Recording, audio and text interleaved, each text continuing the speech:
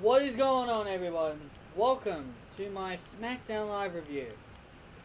Now I didn't do my Raw review because I didn't really feel like it, and at the same time, Raw was so garbage. Why would I review a show that's a piece of shit? And I just really didn't enjoy Raw as a whole. Nothing about it was good. That's why I just didn't want to do it. But I should be doing them, regardless of how crap they are. But it was just this day. It was just this day I actually chose not to do a review. So we're going to be talking about Smackdown Live instead. Was Smackdown any better? Smackdown was... It was decent. There was only one inconsistency. There was something that was really wrong here, and that was Lana. Now all of a sudden, she is a babyface. And you have Paige talking about this summit. She's hosting some kind of summit for the Money in the Bank contract participants. I don't know what the hell a summit is, or summary.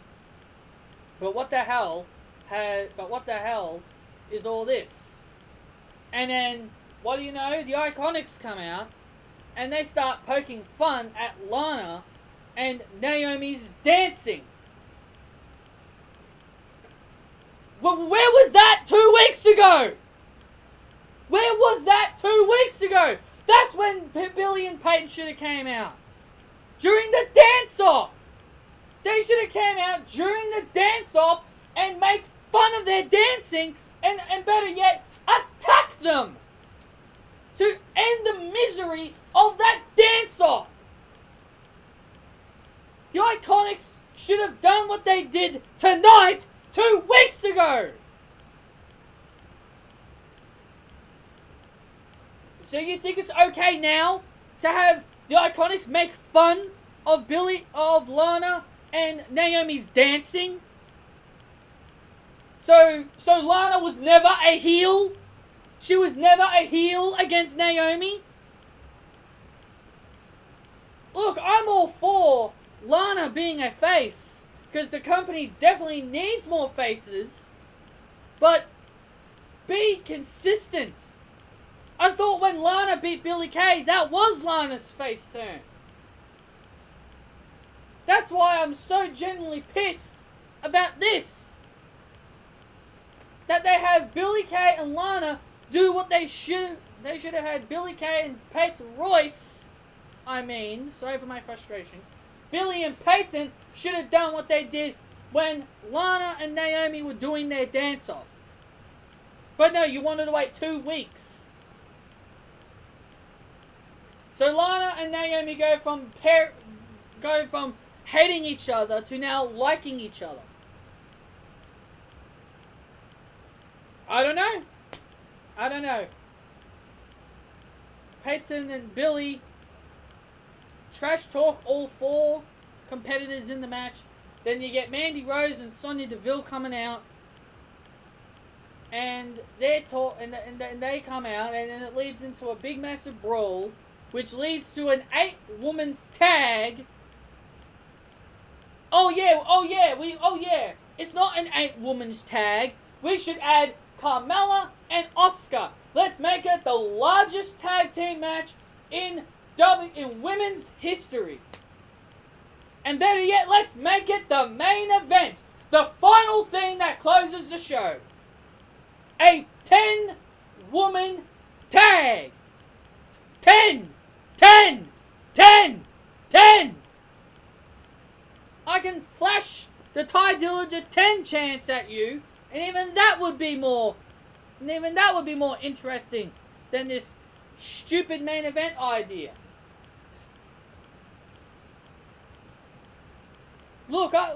I see a lot of potential in Mandy Rose and Sonya Deville, but Jesus freaking Christ, what's all this? Why are they getting involved in situations that's really none of their business? None of those four women, maybe besides Becky, had nothing to do with these two. But they get thrown in the match. Makes no sense. Then we had Daniel Bryan and Shelton Benjamin, the first match of the night. I will say this match was pretty good. It did what it needed to do. Daniel Bryan taps out Shelton Benjamin. I'm guessing with his new... I guess he's got a new submission hold now called the heel hook. So I'm guessing he's got a new submission hold now besides the yes lock. Okay, I will say that's pretty creative. That is pretty creative, and I'll give WWE that. Then we have Jerry the King Lawler making his return because it's in Memphis, Tennessee. He interviews AJ Styles. AJ Styles vows to be the last man standing, and he vows to end Nakamura's mind games. That's about it for that. Then we get Rusev versus Samoa Joe with The Miz as the referee. Now, this type of stuff, I'm not going to be too hard on this. But the thing is that when you get a wrestler who's refereeing, obviously you know something's going to happen. So Samoa Joe goes to clothesline Rusev, but he ends up hitting Miz, and then he kicks Aiden English off the apron.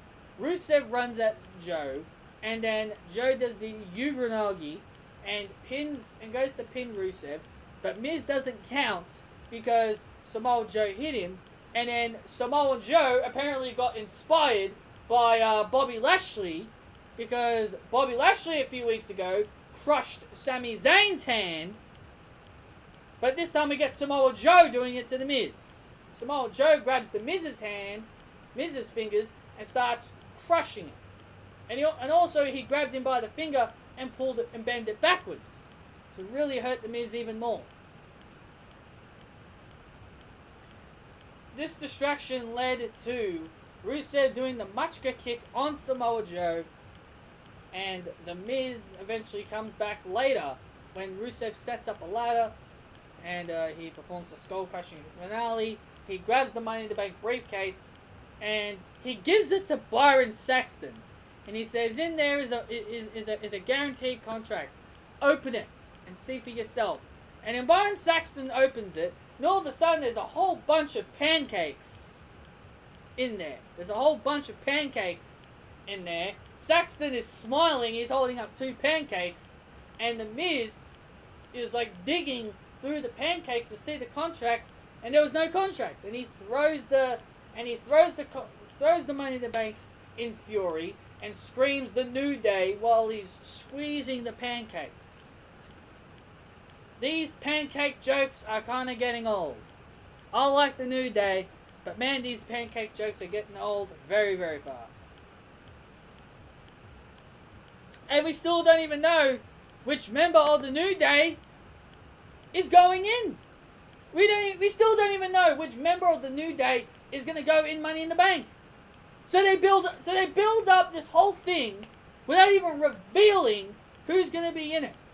So we have to wait until the pay-per-view to actually see who's going into Money in the Bank. Makes no sense to me. Makes no sense. Then we had Jeff Hardy versus Shinsuke Nakamura. Jeff Hardy won by disqualification because Shinsuke Nakamura performed a low blow. You know, this is a good match. I'll give the match credit for what it was. Nakamura and Jeff Hardy was a decent match. I'm pretty sure fans would love to see these two go at it more often. Maybe for the WWE Championship in the future, or maybe if Nakamura gets downgraded to a mid-carder, which I wouldn't be surprised if that happened. But these two did put on a pretty decent match. Nakamura ends up low blowing Jeff Hardy because he couldn't beat him. He low blows him because he couldn't beat him. So he low blows Jeff Hardy and gives him a Kinshasa after the match. And does the whole last man standing count to 10.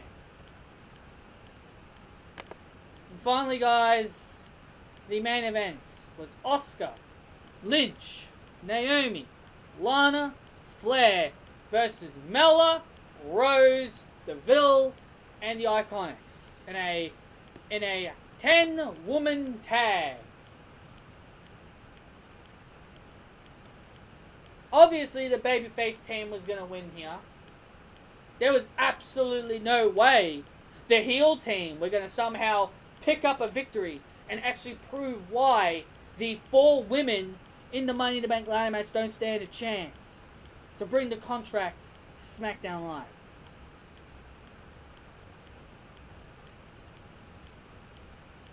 Asuka gets the champion.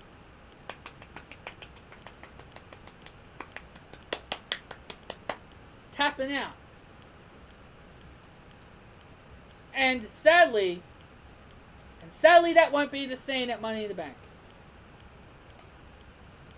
I think after tonight, I think everybody should put their odds on Carmella actually winning and retaining her title, because there's no way you could have Asuka tap out the champion and then tap her out again at the pay-per-view.